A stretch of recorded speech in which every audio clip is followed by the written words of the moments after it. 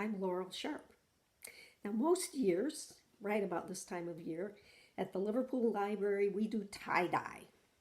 And of course, we're not going to do that this year.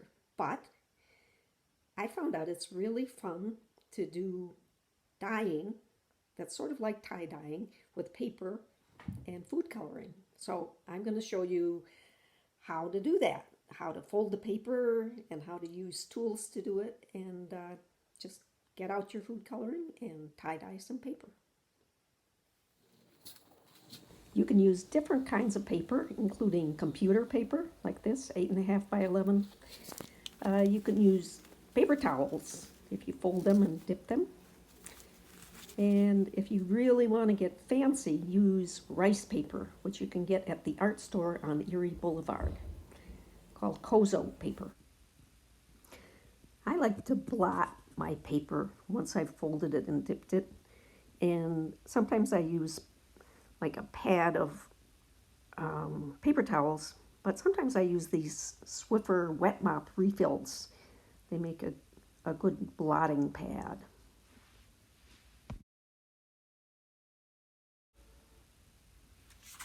I'd like to show you how to fold your paper. You fold it in pleats, and you start by folding it in half. I'm using computer paper. Then you fold your end to the middle, and then back to the fold you just made. Then I like to fold all those folds back towards myself. Then turn the whole thing around and do it again. Fold to the center, fold back, and then fold back again. And that makes a nice narrow pleated thing like a fan or an accordion. Now I'm going to fold it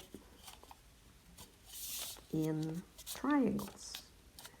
And again, I'm going to fold it like an accordion, only a triangular accordion. I'll fold the pleats back and forth. And I'm not going to wad my paper up. I kind of stack it all up as I fold it. And now I actually sped this up a little bit, so I didn't really fold it that fast. But you can see how it goes just back and forth.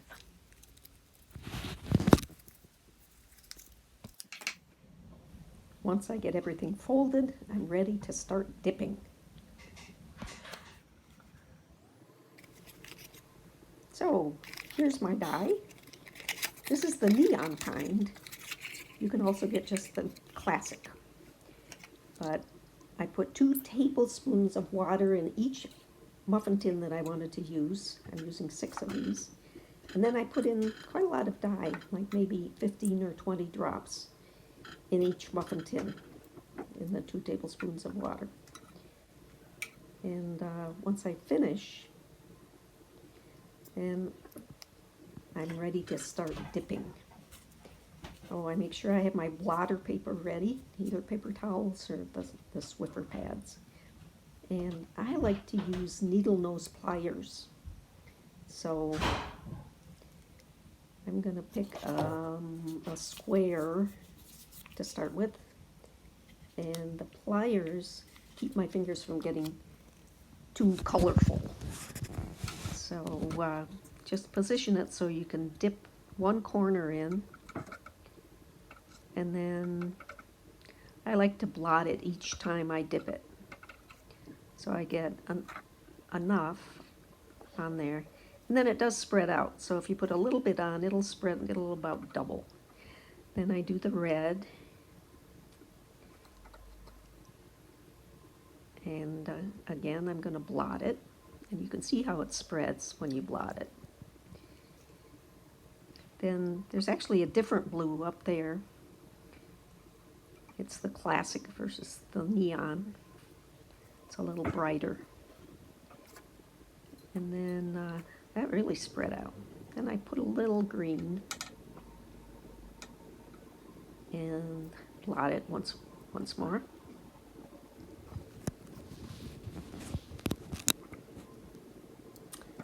And now let's see what it looks like. It's a little tricky to open because the paper's damp and it can tear, but if you're careful, you'll be able to open it or have somebody help you. So just find the corner and then you open it up. And then you'll have to drape it over the chair back or something for it to dry. But it dries quickly, and then I like to iron it. And you can have someone help you iron it. So that's what it looks like at first.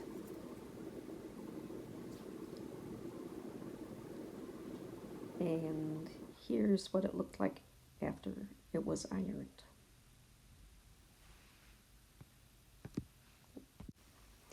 Here's another example of a different shape. This is a triangular shape that I already dipped in red, white, and blue. And let's just take a look at it and see how it turned out.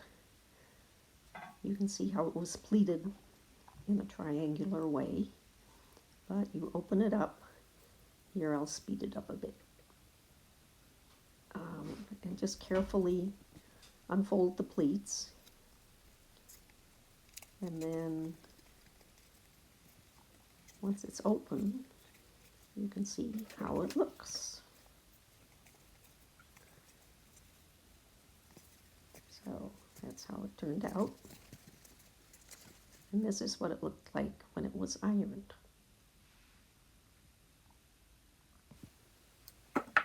I'd like to show you one more. This was done with just one color, with the neon blue.